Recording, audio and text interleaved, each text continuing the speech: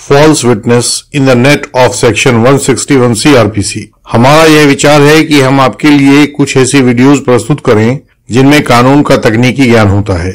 यह हमारे नए एडवोकेट्स के लिए भी कुछ उपयोगी हो पाएगा और फॉल्स एलिगेशन वॉरियर्स के लिए तो बहुत ज्यादा होगा ही। वैसे तो आज का केस एक बहुत पुराना केस था, लेकिन जब हमने इसकी फाइल पढ़ी तो हमें लगा कि यह सब साथियों को कन्फ्रंटेशन विद प्रीवियस स्टेटमेंट्स का टॉपिक समझाने में बहुत काम आ सकता है। कई बार ऐसा होता है कि हम पहली बार में वीडियो को मनोरंजन की निगाह से देखते हैं और छिपे गहरे अर्थ हम पर जाहिर नहीं हो पाते हैं। तो इस वीडियो को भी जरूरी हो तो 2 बार देख लीजिएगा ताकि आप यह सेक्शन 161 सीआरपीसी और सेक्शन 145 इंडियन एविडेंस एक्ट में कन्फ्रंटेशन को सीख सकें, उसको जान सकें और समझ सकें। इस केस के पूरे फैक्ट्स बता रहे हैं। बसंत पर आरोप था कि उसने रजनी के साथ 3 बार रेप किया है, सितंबर 2005 में, 12/12/2005 में और 12/1/2006 को। ये रेप उसने छत पर और बाथरूम में किए थे। मेडिकल एग्जामिनेशन में कोई फ्रेश इंजरी नहीं आई थी। Hymen was torn at 7 o'clock position. Vulva vaginal swab was taken but no semen was detected. इस केस में बहुत ही विलक्षण तथ्य यह था कि प्रोसिक्यूशन ने एक मेल अंडरवियर रिकॉर्ड पर लगाया था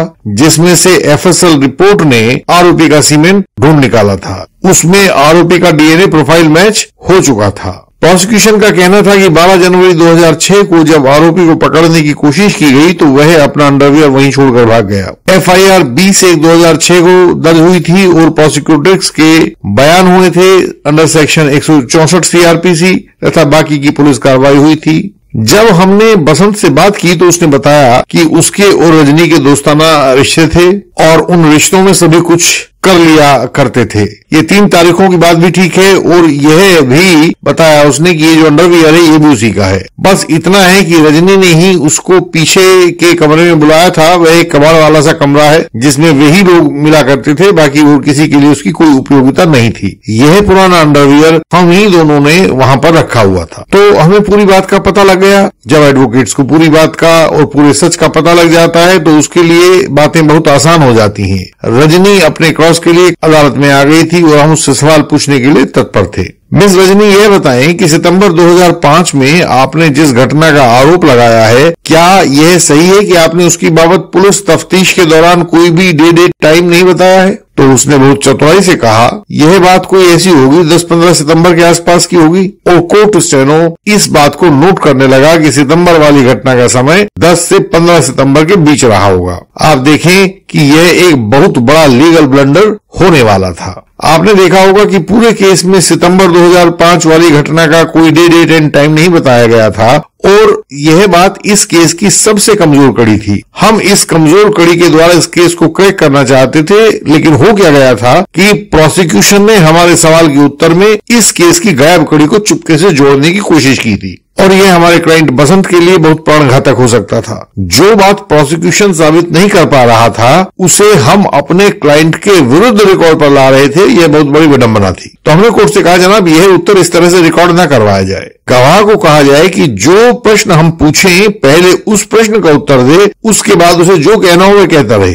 और हमारा प्रश्न यह था कि क्या यह बात सही है कि प्रोसिक्यूटर्स ने सितंबर वाले आरोप की बाबत पुलिस तफ्तीश के दौरान कोई डेट एंड टाइम नहीं बताया है। कोर्ट ने कहा कि जो सवाल पूछा गया है पहले उसका जवाब दो और उसके बाद अगर कुछ और कहना है तो उसे अपने स्वेच्छा कथन में लिखवा दें। हमने फिर विरोध किया। मिलॉर्ड, यह प्रोसिक्यूटर्स कई बार अपनी बात कह चुकी है, कई बार इसे अवसर मिले हैं। एफआईआर में मिला था, स्टेटमेंट अंडर सेक्शन 161 सीआरपीसी में मिला था, स्टेटमेंट अंडर सेक्शन 164 सीआरपीसी में मिला था और आज आप साहब के सामने इसने अपने एग्जामिनेशन इन चीफ में उन सभी बातों को कहा। उन जगहों पर जो कानूनी अवसर थे उसने इन अवसरों का लाभ नहीं लिया और अब यह हमारे क्रॉस एग्जामिनेशन के दौरान डिफेक्ट्स ऑफ प्रोसिक्यूशन को ठीक करना चाहती है। वो उसकी आज्ञा अपना दें। तो जज साहब ने कहा लेकिन वकील साहब ये तो बताइए कि यह बात तो उसके उत्तर के बाद ही पता चल पाएगी कि वह क्या कहना चाहती है। आप प्लीज सवाल को दोहरा दीजिए। पुराना उत्तर हटा दिया गया था। हमने अपना सवाल दोहरा दिया। Miss Rajni,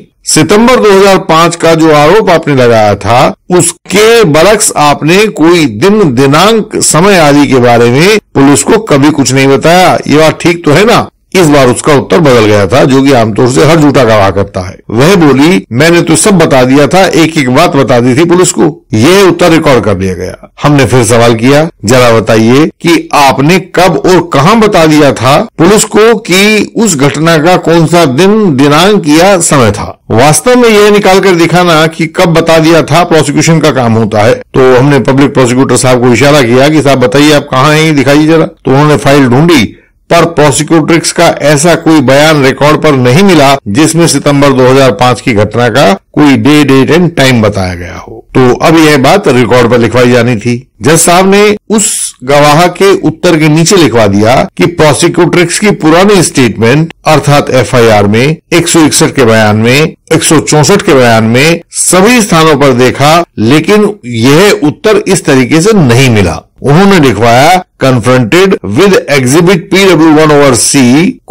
exhibit PW1/G and exhibit PW1/K where it is not so recorded। इसका अर्थ यह हुआ कि गवाह ने अपने सच को बदल दिया है और अब उस पर यकीन करना मुश्किल है। किसी भी केस में पार्टीज को यह ध्यान रखना पड़ता है कि वे सत्य बोलें, और सत्य रोज रोज बदलता नहीं है। यदि एक बात को एफआईआर में, स्टेटमेंट अंडर 161 सीआरपीसी में, स्टेटमेंट अंडर 164 सीआरपीसी में बार बार बताया जाएगा तो वह बात सत्य होगी तो बदलेगी नहीं, और असत्य होगी तो वो बदल जाएगी। गवाह एक जगह पर कहेगा कि फला फला आदमी 8 बजे चला था, जबकि दूसरी जगह कहेगा कि नहीं वह 11 बजे चला था। उसके सत्य बदलते चले जाएंगे।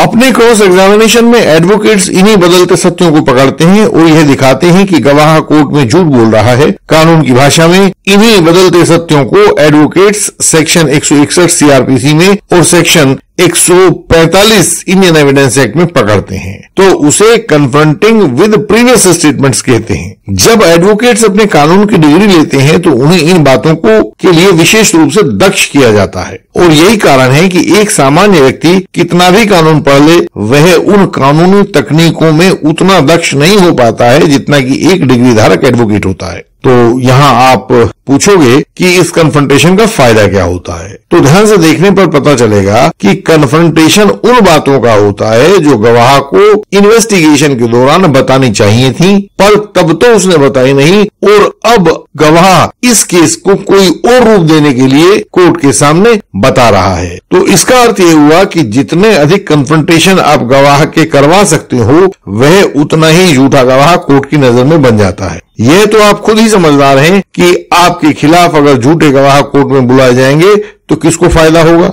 आप जानते ही हैं। हम अपनी अगली वीडियोस में भी सेक्शन 161 और सेक्शन 162 सीआरपीसी के कुछ और उपयोग भी दिखाएंगे।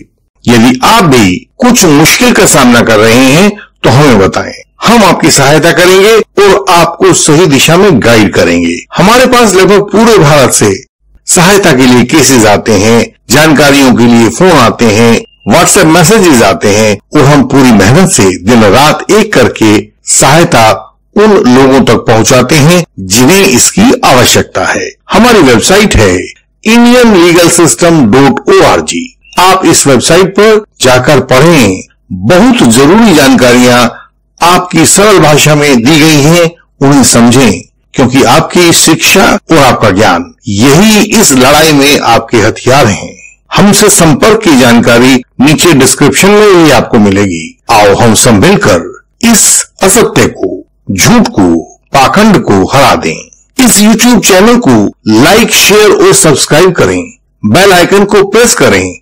इसकी हर एक वीडियो में आपको झूठे आरोपों के जाल के खिलाफ कुछ न कुछ विशेष बात बताई गई होगी। इन बातों को अधिक से अधिक लोगों तक फैलाएं ताकि झूठी शिकायतों के इस इंद्रजाल को मिलकर नष्ट किया जा सके। बहुत लोग हमसे संपर्क करने में हिचकते रहते हैं और इससे उनका महत्वपूर्ण समय नष्ट हो जाता है। मैंने देखा है कई ऐसे आवेदक हमसे बात करते हैं जो अपने समय को नष्ट कर चुके हैं, प्रोसिक्यूट्रिक्स के बयान दर्ज हो चुके हैं, गलत तरीके से इन्वेस्टिगेशन हो चुकी है। यदि वो हमसे पहले संपर्क करते तो शायद हम उनकी उन केसेस में सहायता कर सकते, लेकिन अब महत्वपूर्ण समय जा चुका है। इससे पहले कि आपके केस का महत्वपूर्ण समय भी चला जाए, आप एकदम से हमें संपर्क करें। व्हाट्सएप नंबर आपको स्क्रीन पर दिखाई दे रहा होगा। हम आपसे अगली वीडियो में फिर मिलेंगे, तब तक के लिए प्रणाम।